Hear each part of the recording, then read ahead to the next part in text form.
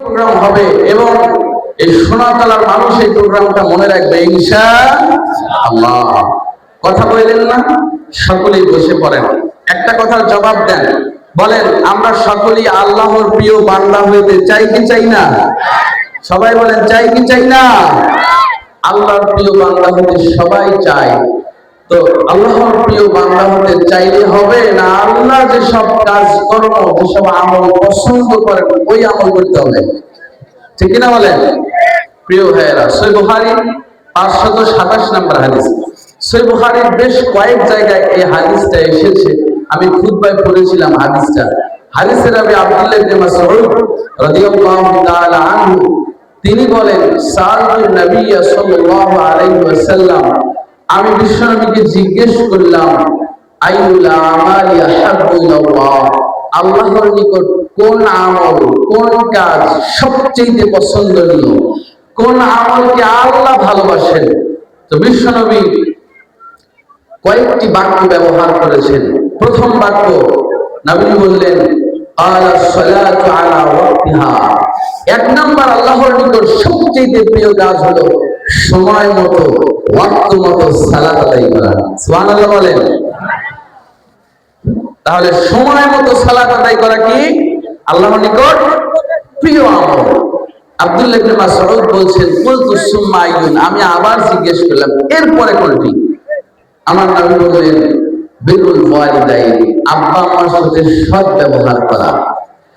আব্দুল্লাহ ইবনে মাসউদ বলছেন, আমি আবার জিজ্ঞেস করলাম, কুলতু সুম্মা আইয়ুন, এরপরে কোনটি? বিশ্বনবী বললেন, আলাল জিহাদু ফি সাবিলিল্লাহ, আল্লাহর রাস্তায় জিহাদ করা। এই পর্যন্ত বলে আব্দুল্লাহ ইবনে মাসউদ থেমে গেলেন, আর প্রশ্ন করলেন না।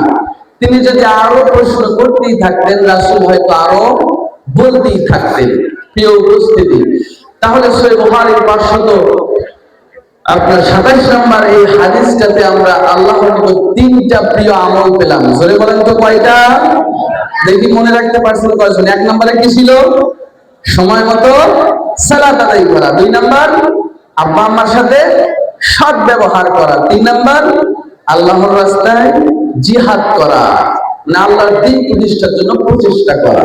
আসেন একটা একটা করে পয়েন্ট নিয়ে একটু কথা বলি।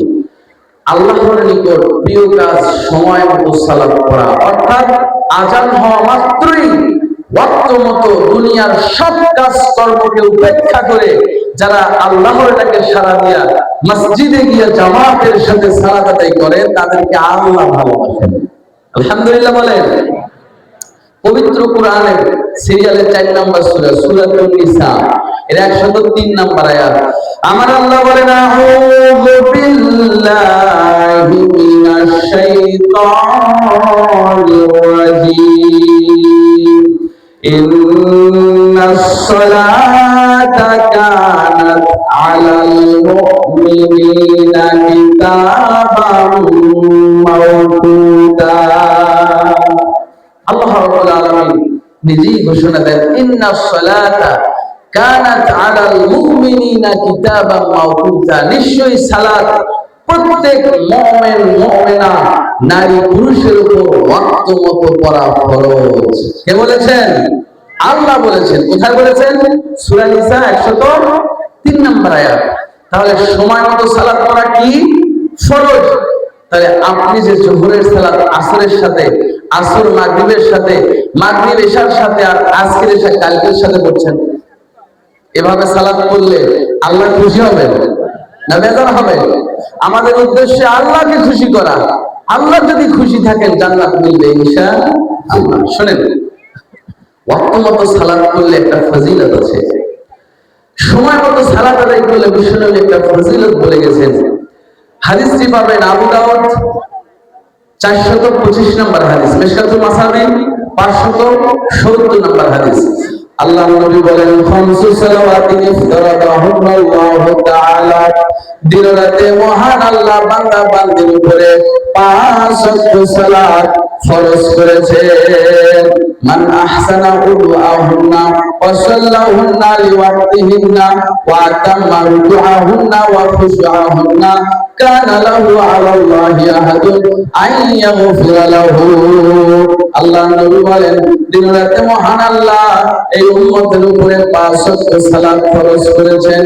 যে ব্যক্তি সুন্দর করে ওযু বানায় সময় মতো ওয়াক্ত মতো এই 5 ওয়াক্ত সালাত আদায় করে, বিশ্বনবী বলেন ওয়া আতাম্মা রুকুআহুন্না ওয়া খুশুআহুন্না, আর সালাতের মধ্যে রুকু পরিপূর্ণ করে আদায় করে, আর সালাতটা আল্লাহ ভিত্তিনিয়া কুলুকুনিয়া বিনয়ের সাথে আদায় করে। 4টা কাজ। 1 নাম্বার, যে ব্যক্তি সুন্দর করে ওযু করে, 2 নাম্বার সময় মতো ওয়াক্ত মতো আযান হওয়া মাত্রই যে ব্যক্তি সালাত আদায় করে, 3 নাম্বার সালাতের রুকু সঠিকভাবে আদায় করে, আর সালাতটা বিনয়ের সাথে ধীরস্থিরভাবে পড়ে। বিশ্বনবী বলেন কানা লাহু আলাল্লাহি আহাদুন, তার ব্যাপারে আল্লাহর নিকটে একটা ওয়াদা আছে। আল্লাহর ওয়াদা হলো আইয়াগফিরা লাহু, আল্লাহ তার জীবনের সব গুনাহ মাফ করে দিবে। জোরে বলেন সুবহানাল্লাহ, ইল্লাহু তাকবীর। অন্য একটা বর্ণনা আসছে সুনান আন-নাসাই 462 নম্বর হাদিস। আল্লাহ নবী এই 4টা কথা বললেন। সুন্দর করে ওযু করে ওয়াক্ত মতো যে ব্যক্তি সালাত পড়ে, আর সালাতের রুকু যে পরিপূর্ণভাবে আদায় করে, সালাতটা বিনয়ের সাথে যে পড়ে, কানা লাহু আলাল্লাহি আহাদুন, তার ব্যাপারে আল্লাহর একটা ওয়াদা হলো আইয়ুদখিলাহুল জান্নাতা, আল্লাহ তাকে জান্নাতে প্রবেশ করাবেন। আল্লাহু আকবার কাবীরা। এজন্য সময় মতো সালাত পড়ার দরকার আছে না নাই? কোথায় পড়বেন? বাড়িতে না মসজিদে? অবশ্যই জামাতে যেতে হবে। জামাতের সাথে সালাত পড়ার অভ্যাস দিন দিন কমে যাচ্ছে। কি বলেন আপনারা? মসজিদ বড় হচ্ছে, মসজিদগুলো সুন্দর হচ্ছে, মসজিদ পাকা হচ্ছে, কিন্তু মানুষের ঈমান পাকা হচ্ছে। প্রত্যেকটা মসজিদের মুয়াজ্জিনের অভিযোগ, ফজরে মুসল্লি খুঁজে পাওয়া যায় না। আহারে শোনেন, বেনামাজির হিসাবই বাদ, বেনামাজির কথা বাদ দিলাম, যারা বাড়িতে সালাত পড়ছেন সুস্থ সবল মানুষ, আল্লাহর নবী বলছেন মান সামিয়ান নিদা, যে ব্যক্তি আযান শুনতে পায়, লা ইয়াশহাদুনা সালাতা, অথচ সালাতে হাজির হয় না, আল্লাহর নবী বলছেন লা সালাতা, তার সালাত নাই, ইল্লা মিন উযরিন, শরীয়ত সম্মত ওযর ছাড়া। শরীয়ত সম্মত ওযর ছাড়া, বিনা ওযরে কেউ যদি বাড়িতে সালাত পড়ে, বিশ্বনবী বলেন তার সালাত নাই। ভাইরা আমার, অবশ্যই জামাতে শরীক হবেন। জামাতে শরীক হলে আল্লাহর নবী বলেন, সহিহ বুখারীর হাদিস, বিশ্বনবী বলেন সালাতুল জামাতি আফজালু মিন সালাতিল ফরদি বি27 দারাজাতান, একা একা সালাত আদায় করার চাইতে জামাতের সাথে সালাত আদায় করলে 27 গুণ বেশি মর্যাদা রয়েছে। সুবহানাল্লাহ বললেন না? আপনি এটাকে কম মনে করলেন? আচ্ছা, ধরেন আমার এক হাতে আছে 1000 টাকা, আর এক হাতে আছে 27,000 টাকা।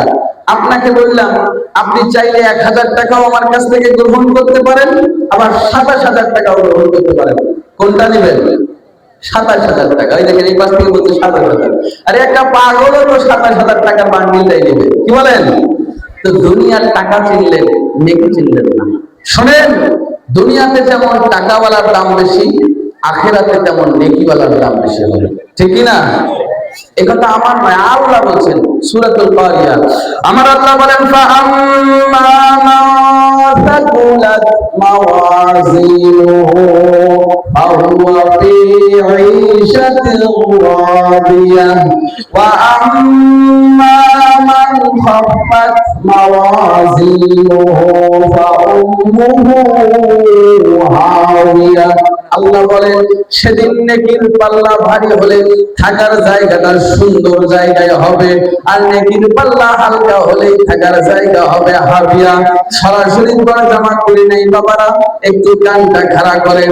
নেকির পাল্লা ভারী হলে জান্নাত, আর গুনার পাল্লা ভারী হলে জাহান্নাম।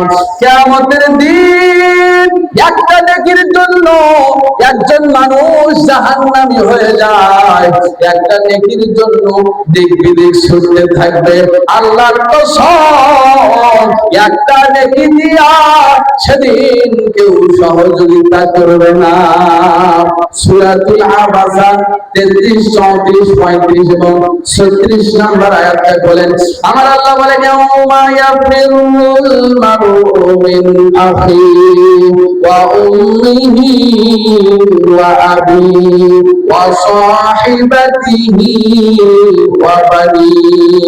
আল্লাহ বলেন সেদিন মানুষ তার ভাই দেখে পালায়া যাবে, আর বাবা মা দেখে পালায়া যাবে, আর প্রাণের বিবি যে